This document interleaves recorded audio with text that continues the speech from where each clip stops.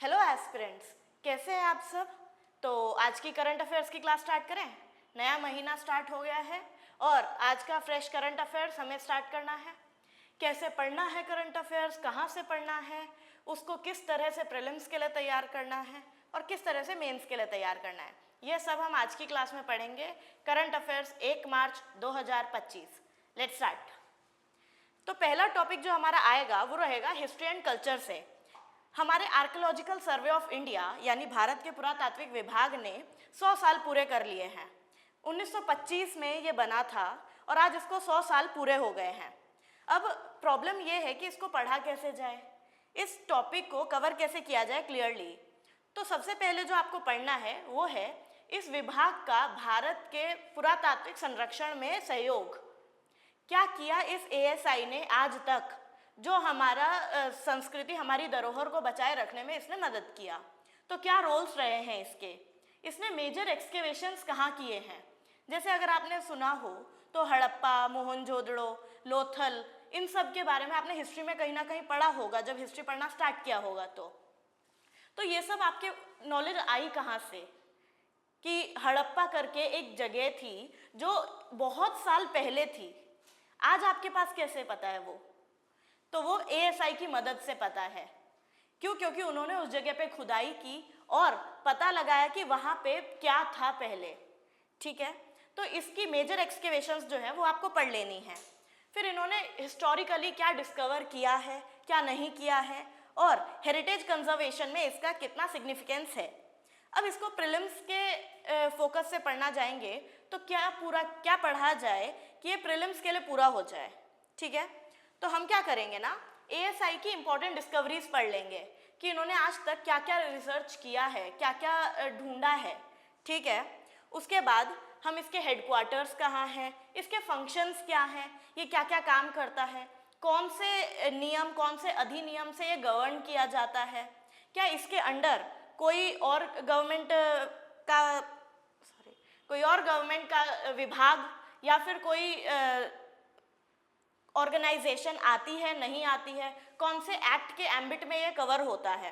Okay, फिर इसके बाद अगर हम देखें तो एएसआई का रोल क्या रहा है हमारे हेरिटेज के कंजर्वेशन में, चैलेंजेस क्या आते हैं इसे, एएसआई को अपना काम करने में क्या मेजर चैलेंजेस आते हैं।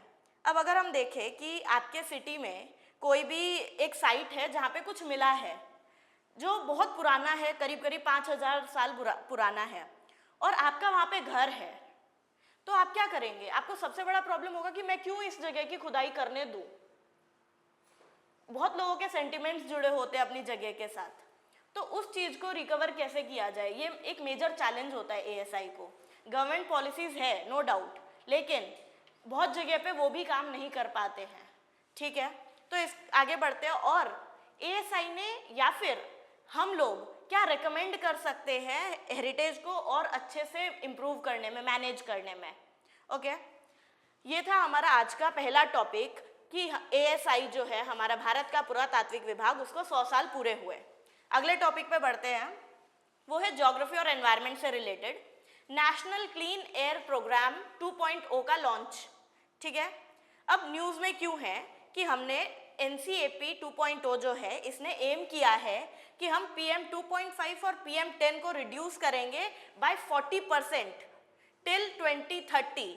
अब 40% रिड्यूस करना है तो इसके लिए एक बेसिक लेवल होना चाहिए, राइट, कि कहाँ से 40% रिड्यूस करना है, तो वो हम करेंगे 2017 के लेवल से। ठीक है, अब कैसे करेंगे, ग्रीन टेक्नोलॉजी अपनाएंगे, इलेक्ट्रिकल व्हीकल अपनाएंगे और इसके थ्रू करा जाएगा।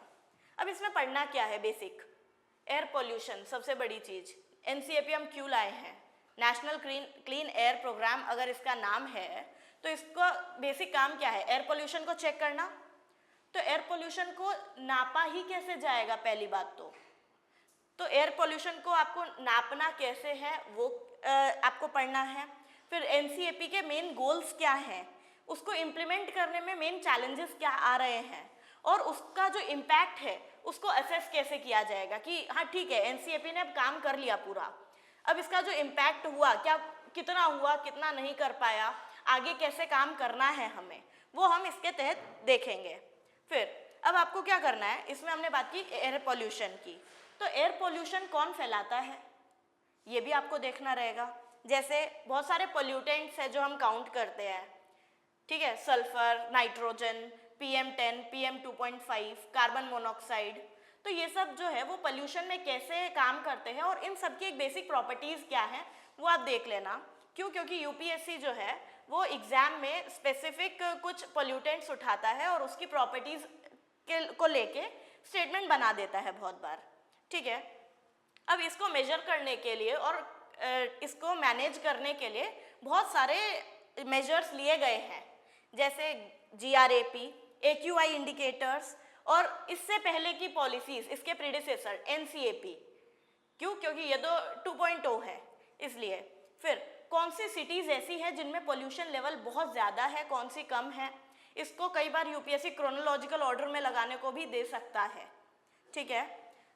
आगे बढ़े तो एयर पोल्यूशन की क्या प्रॉब्लम होगा और आगे हेल्थ पे क्या इम्पैक्ट पड़ सकता है।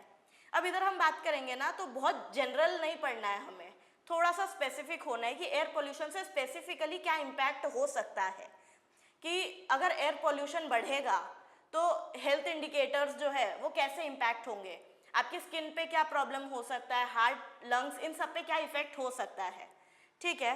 फिर पॉलिसीज़ जो हैं जो हमारी गवर्नमेंट ने बनाई हैं, तो कौन सी पॉलिसीज़ हैं और वो कितनी इफ़ेक्टिव हैं इस चीज़ को मैनेज करने के लिए, कितना हम इम्पैक्ट क्रिएट कर पाए हैं उस चीज़ से, ठीक है। ये तो हुआ इंडिया की बात। अब ग्लोबल भी तो आप देखेंगे ना, अगर आपको ऑफिसर बनना है तो आपको ये पता होना चाहिए कि ग्लोबली क्या हो रहा है, ताकि आप उसकी बेस्ट प्रैक्टिसेस को अपने हिसाब से मोल्ड करके जहाँ पे आप सर्विस करने वाले हैं उधर इम्प्लीमेंट कर सके, राइट। और अर्बन एयर क्वालिटी मैनेजमेंट को ठीक करने के लिए रिकमेंडेशंस क्या रहेंगे वो भी आपको देखना है, ठीक है। अगले टॉपिक पे बढ़ते हैं जो है पॉलिटी एंड गवर्नेंस का। डिजिटल प्राइवेसी प्रोटेक्शन बिल ये लॉन्च हो चुका है, पास हो गया है पार्लियामेंट से, ठीक है। अभी भी बिल है, मतलब अभी पूरी तरह से पास नहीं हुआ है, बट पार्लियामेंट ने इसे असेंट दे दिया है, ठीक है। बहुत टाइम से न्यूज़ में था कि डिजिटल प्राइवेसी प्रोटेक्शन बिल जो है वो आना चाहिए। अब प्राइवेसी का क्या मतलब है, आपको सबसे पहले तो वही जान लेना है। ये जो पूरा नाम है इसी को अच्छे से कर लेते हैं क्लियर। तो प्राइवेसी क्या है, कॉन्स्टिट्यूशन में कहाँ मैंडेटेड है और उसका एग्जैक्ट मीनिंग हमारे कॉन्स्टिट्यूशन में, हमारे लॉ में है क्या, ठीक है। अब आगे बात करेंगे कि ये जो बिल है ये क्यों लाना पड़ा। क्यों? क्योंकि उससे पहले कोई भी बिल अगर पार्लियामेंट में आया है तो उससे पहले हो सकता है सुप्रीम कोर्ट ने उसके ऊपर, या हमारा जो एपेक्स कोर्ट है उसने इसके ऊपर कुछ बोला हो, उसके बाद वो पार्लियामेंट में आता है। तो इसके प्रीडिसेसर जजमेंट्स क्या हैं आपको वो देखने हैं, और अगर आप वो देख लेते हैं तो मेजरली ये हो जाता है कि आपका काम आसान हो जाएगा बिल के प्रोविजंस को रिमेंबर करने में। क्यों? क्योंकि आपको एक हिस्ट्री पता है। जब आपको हिस्ट्री पता होती है तो आप अपनी जो काम है उसे बहुत आसानी से कर पाते हैं, आपको रटना नहीं पड़ता है, ठीक है। फिर आपको बेसिक है, आपको प्रोविजंस पढ़ने ही पड़ेंगे इस बिल के। ग्लोबल डेटा प्रोटेक्शन लॉ से आपको कंपेयर करना पड़ेगा और सिटीजन्स और बिजनेस पे क्या इफेक्ट होगा इसका वो देखना है। अब सिटीजन्स पे इम्पैक्ट का क्या मतलब है, आपकी जो एक बेसिक प्राइवेसी है वो किस टाइप से इम्पैक्ट होगी इसकी वजह से, ठीक है। IT एक्ट जो है 2000 का वो आपको पढ़ना है, ठीक है। अभी बेसिक डिलेमा इधर क्या होता है, प्राइवेसी और नेशनल सिक्योरिटी। आपकी प्राइवेसी कहीं नेशनल सिक्योरिटी पे हिंड्रेंस तो नहीं डाल रही है, तो उसको कैसे मैनेज किया जाएगा आपको वो देखना है। IT इंडस्ट्रीज, डिजिटल इकोनॉमी, इस पे कैसे इफेक्ट पड़ेगा इस बिल का, ठीक है, ये आपको देखना है। और बेसिक चैलेंजेस क्या आते हैं, यानी पॉलिसी गैप्स कहाँ पे हैं इसको इम्प्लीमेंट करने में, ठीक है। आगे बढ़े अगले टॉपिक के साथ, इंटरनेशनल रिलेशंस। टॉपिक क्या है, इंडिया और यूरोपियन यूनियन का स्ट्रैटेजिक पार्टनरशिप समिट। मतलब क्या है कि इंडिया और यूरोपियन यूनियन जो है वो स्ट्रैटेजिकली पार्टनरशिप करेगा ट्रेड के लिए, रिन्यूएबल एनर्जी के लिए और काउंटर टेररिज्म एफर्ट्स के लिए। अब यूरोपियन यूनियन क्या है, सबसे पहले तो बेसिक वही है। इंडिया का कंसेप्ट हमें सबको पता है, यूरोपियन यूनियन का कंसेप्ट क्या है, कितने कंट्रीज आते हैं यूरोपियन यूनियन में और उसमें वीज़ा का क्या सिस्टम है, करेंसी का क्या सिस्टम है, सबसे पहले बेसिक्स हमें यहाँ करना है, ये स्टैटिक पोर्शन होता है। उसके बाद आगे बात करते हैं कि इंडिया और ईयू के यानी यूरोपियन यूनियन के रिलेशन कैसे हैं, ठीक है, ट्रेड अग्रीमेंट्स क्या हो रखे हैं हमारे बीच में, डिफेंस पार्टनरशिप्स, जियोपॉलिटिकल इश्यूज क्या है बेसिक, ठीक है।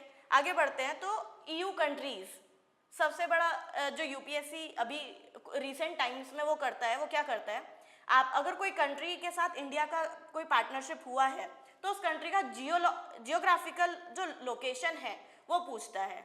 अब यूरोपियन यूनियन कोई एक कंट्री तो है नहीं, बहुत सारी कंट्रीज हैं, तो आपको क्या करना है, उसके जियोग्राफिकल लोकेशंस जो है उधर के वो आपको देख लेने हैं, कौन से आपके समंदर लगते हैं, कौन से आपके क्या बोलते हैं लेक्स हैं इंपॉर्टेंट, कौन से माउंटेन्स हैं, कौन सी कंट्रीज हैं, वहाँ पे क्या इश्यूज चल रहे हैं। जैसे अगर आप अभी देखेंगे तो रशिया यूक्रेन का प्रॉब्लम चल रहा है, तो वो एग्जैक्ट लोकेशन क्या है। जैसे ही रशिया यूक्रेन वॉर हुआ, यूपीएससी ने अगले साल प्रीलिम्स में यूक्रेन का स्ट्रैटेजिक लोकेशन डाल दिया। उसमें क्वेश्चन क्या डाला था कि ये जो यूक्रेन है इसके सराउंडिंग बॉर्डर लगने वाली कंट्रीज कौन से हैं। तो आपके को क्या टास्क मिल गया कि यूरोपियन यूनियन में जो मैप है वो बहुत अच्छे से कर लें। तो मैपिंग आपको बहुत अच्छे से करनी है इसकी। मेजर अग्रीमेंट्स कौन से हुए हैं हमारे बीच, जैसे अगर आप इधर देखोगे तो आपको सिर्फ और सिर्फ यूरोपियन यूनियन के साथ हमारे जो ट्रेड अग्रीमेंट्स है वो नहीं करने हैं, यूरोपियन यूनियन में जो कंट्रीज हैं उनके साथ जो मेजर ट्रेड अग्रीमेंट्स हुए हैं वो करने हैं। हर छोटा छोटा ट्रेड अग्रीमेंट करने इतना इंपॉर्टेंट नहीं है, लेकिन अगर जो मेजर अग्रीमेंट होते हैं वो आपको करने रहेंगे, ठीक है। इंडिया का ट्रेड ईयू के साथ कितना है, डेटा बहुत इंपॉर्टेंट है कि हम ईयू के साथ कितना व्यापार साझा करते हैं, हम उससे कितना इंपोर्ट्स करते हैं, एक्सपोर्ट्स करते हैं, हम वहाँ से क्या चीज़ें मंगाते हैं, वहाँ पे क्या चीज़ें भेजते हैं। तो ये आप देखना, और साथ में कि लास्ट कुछ टाइम से हमारा ट्रेड जो है वो कैसा चल रहा है, कि कुछ साल पहले तक 1947 तक हमारा ट्रेड उनके साथ कैसा था, बाद में कैसा हुआ, और अभी हमारा जो ट्रेड है वो कैसा चल रहा है। तो उसका डेटा अगर आप कर लेंगे तो आपके कुछ क्वेश्चंस जो है वो सॉल्व हो सकते हैं। देन इंडिया की इवॉल्विंग पॉलिसी, हम यूरोपियन यूनियन के साथ हमारी पॉलिसी किस तरह शिफ्ट ले रही है। अब ऐसा होता है ना कि हर चीज़ जो है, बिल, कोई भी ट्रेड अग्रीमेंट है, उसके हर प्रोविजंस याद करना मुश्किल होता है। तो इधर हम लॉजिकली इस चीज़ को करने की कोशिश करते हैं। कैसे कि पॉलिसी शिफ्ट कैसे हो रहा है हमारा उनके साथ, पहले क्या था अब क्या है। अगर हम थोड़ा हिस्ट्री जान लेंगे कि पॉलिसी शिफ्ट कैसे हो रहा है, हम अब क्या प्लान कर रहे हैं, तो कई बार प्रोविजंस हम अपने आप अंदाज़ा लगा पाते हैं कि अगर हम जो है एक कॉन्ट्रैक्शनरी पॉलिसी अपना रहे हैं तो मतलब हम उनके साथ ज़्यादा ट्रेड नहीं करेंगे, ठीक है। अगर हम एक एक्सपेंशनरी पॉलिसी अपना रहे हैं मतलब हमें ट्रेड ज़्यादा करना है। चाइना के साथ हम जो है अपनी जो पॉलिसीज़ है वो अलग रखते हैं, यूएसए के साथ अलग रखते हैं, रशिया के साथ अलग रखते हैं। तो अगर इंडिया के जो पॉलिसी मेकर्स है, अगर हम उनका माइंड और उनकी ज़रूरतें समझ जाएंगे इंडिया की, तो हम आगे इस चीज़ के प्रोविजंस को थोड़ा सा इजीली टैकल कर सकते हैं, ठीक है। फिर एफटीए नेगोशिएशंस में क्या दिक्कत है, बेसिक एफटीए क्या है पहले तो आपको ये जानना पड़ेगा। एफटीए का मतलब क्या होता है, फ्री ट्रेड अग्रीमेंट होता है ये, कि आपको उसके अगर दूसरी देश है तो उसके साथ व्यापार करने में बहुत ज़्यादा टैरिफ बैरियर्स ना लगे। तो हमें हर जगह ना एफटीए का मतलब ये नहीं होता है कि टैरिफ बिल्कुल ख़त्म हो गया है, कुछ जगह पे कम होता है, किसी चीज़ पे कम है, किसी चीज़ पे ज़्यादा है। तो आपको वो देखना है कि एफटीए का मतलब क्या है, उसमें कौन से प्रोविजंस आते हैं और किधर कितने हमने यूज़ किए हैं, हमारे किस किस के साथ एफटीए हो चुके हैं, कौन से देशों के साथ हमने मुक्त व्यापार समझौता जो है एफटीए वो साइन किया हुआ है ऑलरेडी, और हम फ्यूचर कोलैबोरेशंस कैसे कर सकेंगे वो, ठीक है। ये टॉपिक हुआ। आगे बढ़ते हैं इकोनॉमी पे। National crypto currency framework launch हुआ है जो आरबीआई ने प्रपोज किया है कि हम क्रिप्टो करेंसी के लिए एक रेगुलेशंस लॉन्च करते हैं। सबसे बड़ी बात, कुछ टाइम पहले तक क्रिप्टो करेंसी के ऊपर कोई बात नहीं हो रही थी देश में, अब सडनली उसके लिए रेगुलेशंस लाने की बात हुई है। तो मतलब सबसे पहले तो हम उसे लीगल करना चाह रहे हैं, राइट। क्यों करना चाह रहे हैं, क्योंकि अभी इससे पहले जब नहीं हो रही थी इसके ऊपर बात, तो मेजर प्रॉब्लम क्या आया कि क्रिप्टो करेंसी का इलीगल यूज़ बहुत बढ़ गया, जिसकी वजह से रेवेन्यू लॉस हुआ, ब्लैक मनी होल्डिंग बढ़ा, इन सब की वजह से अब हम क्या कोशिश कर रहे हैं, उसको लीगल एम्बिट में ले आए ताकि रेगुलेशन बहुत इजी हो जाए, ठीक है। तो अब हमने क्या किया, उन्हें डिजिटल एसेट जो है उस फॉर्म में क्लासिफाई कर दिया है। तो इंडिया में और ग्लोबली क्रिप्टो करेंसी को लेके रेगुलेशंस कैसे हैं, कौन सा फर्स्ट कंट्री था जिसने क्रिप्टो करेंसी को लीगल टेंडर माना, और कौन से कंट्रीज क्रिप्टो करेंसी को मानते हैं, ओके। इसके साथ क्या रिस्क है, क्रिप्टो करेंसी होता क्या है, कैसे काम करता है, और इसके ऊपर सबसे बड़ा चीज अगर किसी सुनता हो कोई तो बिटकॉइन बहुत सुनने में आता है। तो बिटकॉइन क्या है, क्या बिटकॉइन ही क्रिप्टो करेंसी है, या क्रिप्टो करेंसी ही बिटकॉइन है, या फिर कोई और क्रिप्टो करेंसी भी बिटकॉइन के अलावा हो सकती है। तो ये सब कैसे काम करता है पूरा सिस्टम, वो आपको देखना है। ब्लॉकचेन, सीबीडीसी और की रेगुलेशंस इनके जो है वो आपको देख लेने हैं। फिर सेंट्रल बैंक डिजिटल करेंसी और अलग अलग क्रिप्टो करेंसीज में क्या डिफरेंस है वो आपको देखना है प्रीलिम्स के लिए, बहुत इंपॉर्टेंट है। देन फाइनेंशियल सिक्योरिटी कंसर्न्स और क्रिप्टो करेंसी के रेगुलेशंस, इनके बीच आप मैनेजमेंट कैसे किया जाएगा वो आपको देखना है। देन गवर्नमेंट की क्या अप्रोच है डिजिटल फाइनेंसेस को मैनेज करने के लिए, ओके। आगे बढ़ते हैं, साइंस एंड टेक्नोलॉजी। इसरो ने रीयूजेबल लॉन्च व्हीकल जो है उसको क्या बोलते हैं सक्सेसफुली टेस्ट किया है।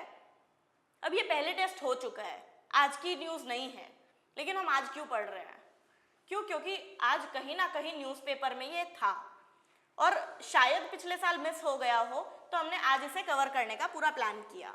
तो रीयूजेबल लॉन्च व्हीकल सबसे पहले तो होता क्या है, ये क्या होता है कि आप लॉन्च व्हीकल जो सैटेलाइट्स और ये सब लॉन्च करता है, उसके बाद वो सक्सेसफुली वापस सेम पोजीशन में इंटैक्ट वापस आ जाए और उसको दोबारा यूज़ किया जाए, उसको हम रीयूजेबल लॉन्च व्हीकल कहते हैं। अब ये क्या टेक्नोलॉजी यूज़ होती है इसमें, इसके बेनिफिट्स क्या हैं, ये तो ठीक है, इससे रिलेटेड बात है। अभी अगर आपने लॉन्च व्हीकल सुना है तो कुछ चीज़ें क्लिक हो रही होंगी, PSLV, GSLV, तो ये क्या है, ये भी लॉन्च व्हीकल्स है, राइट। तो इनमें बेसिक डिफरेंस क्या है, अगर आपने मूवीज़ देखी हैं तो मिशन मंगल देखी होगी और उसमें आपने देखा होगा कि वो PSLV यूज़ करते हैं मंगल पे जाने के लिए, यानी मार्स पे जाने के लिए, ठीक है। और कुछ टाइम पहले चंद्रयान हमने लॉन्च किया, हम GSLV से गए थे चंद्रयान पे, तो हमने PSLV समझा, GSLV देखा और अब हमने RLV समझा, ठीक है। अब इन तीनों के की डिफरेंसेस जो है वो आपको करने हैं। इसरो जो है उसके स्पेस अचीवमेंट्स, इसरो बहुत बड़ी ऑर्गेनाइजेशन है और उसके स्पेस अचीवमेंट्स जो है रिमार्केबल है। आपको ये करने हैं कि ऐसा नहीं है कि आपको हर सैटेलाइट, हर मिसाइल, सब कुछ पता होना चाहिए, नहीं, आपको जस्ट एक ट्रेंड देखना है कि हमने क्या की अचीवमेंट्स किए हैं, ठीक है। इसरो ने कहाँ से स्टार्ट किया था और अभी वो कहाँ पे है, टेक्नोलॉजिकल शिफ्ट कैसे आया है, वो आपको देखना है। देन मेंस के लिए आप क्या देखेंगे, RLV जो टेक्नोलॉजी है उसका इंडिया के स्पेस सेक्टर में क्या सिग्निफिकेंस कंट्रीब्यूशन होने वाला है, ओके। चैलेंजेस क्या होने वाले हैं, इसरो के फ्यूचर मिशंस क्या हैं, ये आपको देखने हैं, और ये कैसे कॉस्ट इफेक्टिव होगा स्पेस टेक्नोलॉजी में, ठीक है।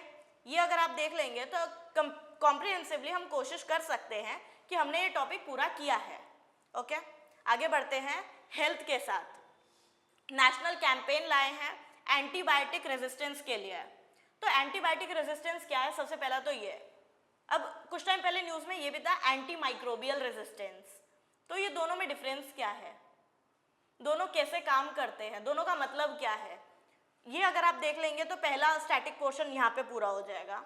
उसके बाद क्या रीज़न है इसके, एंटीबायोटिक रेजिस्टेंस डेवलप हो कैसे जाता है और उसको कैसे हम ठीक कर सकते हैं, कैसे उस रेजिस्टेंस को कम कर सकते हैं, ठीक है। WHO क्या कहता है इसके ऊपर, इंडिया की क्या स्ट्रैटेजी है और पब्लिक हेल्थ कंसर्न्स क्या है, ये आपको देखने हैं, ठीक है।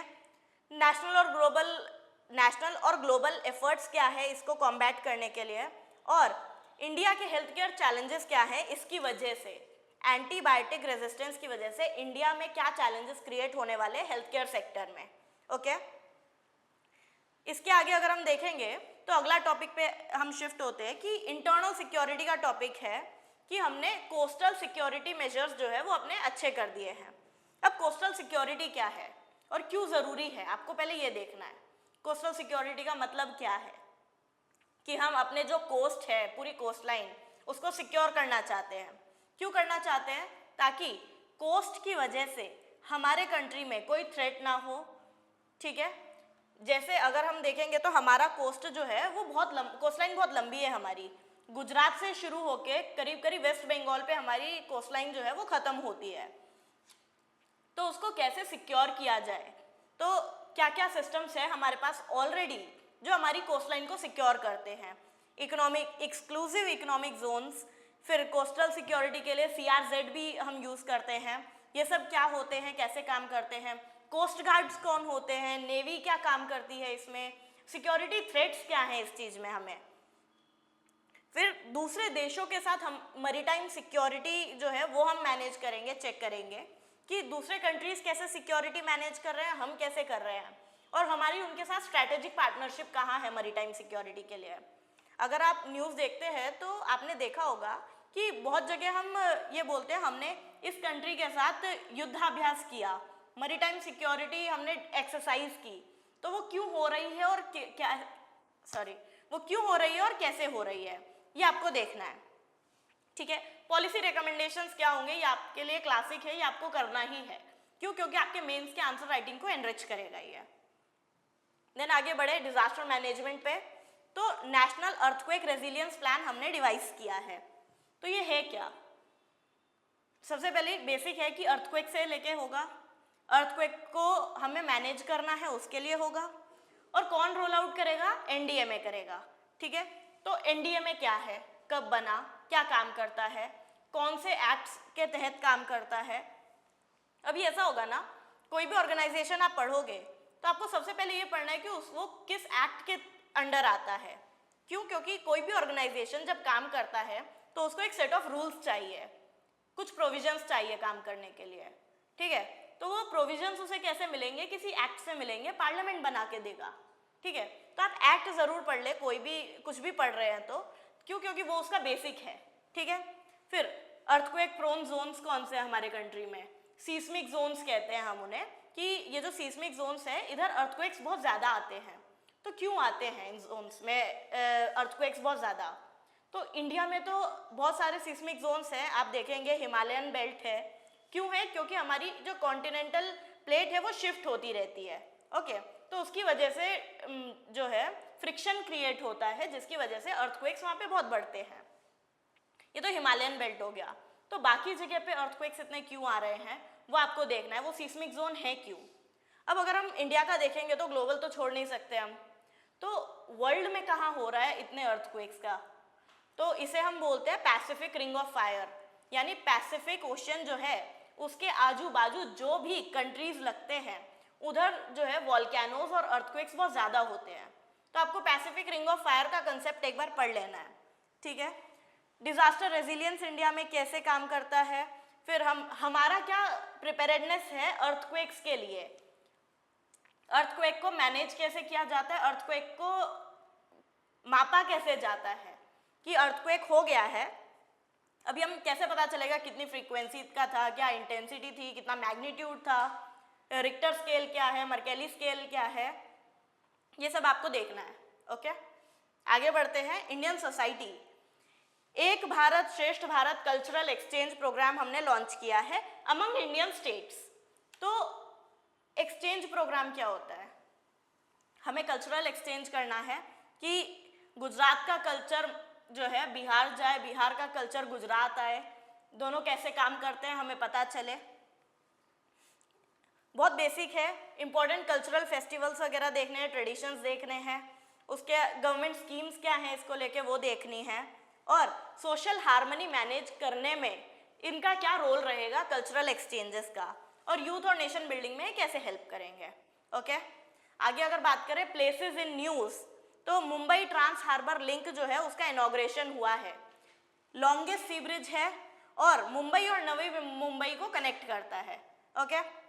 तो इसके बाद आपको पढ़ना क्या है, इम्पॉर्टेंट इंफ्रास्ट्रक्चर प्रोजेक्ट्स क्या है इंडिया में, इनके इकोनॉमिक बेनिफिट्स क्या है, एनवायरमेंटल इम्पैक्ट क्या पड़ेगा, और लोकेशन बेस्ड क्वेश्चंस पूछे जा सकते हैं कि ये कहाँ पे हुआ है, मुंबई के बीच में हुआ है।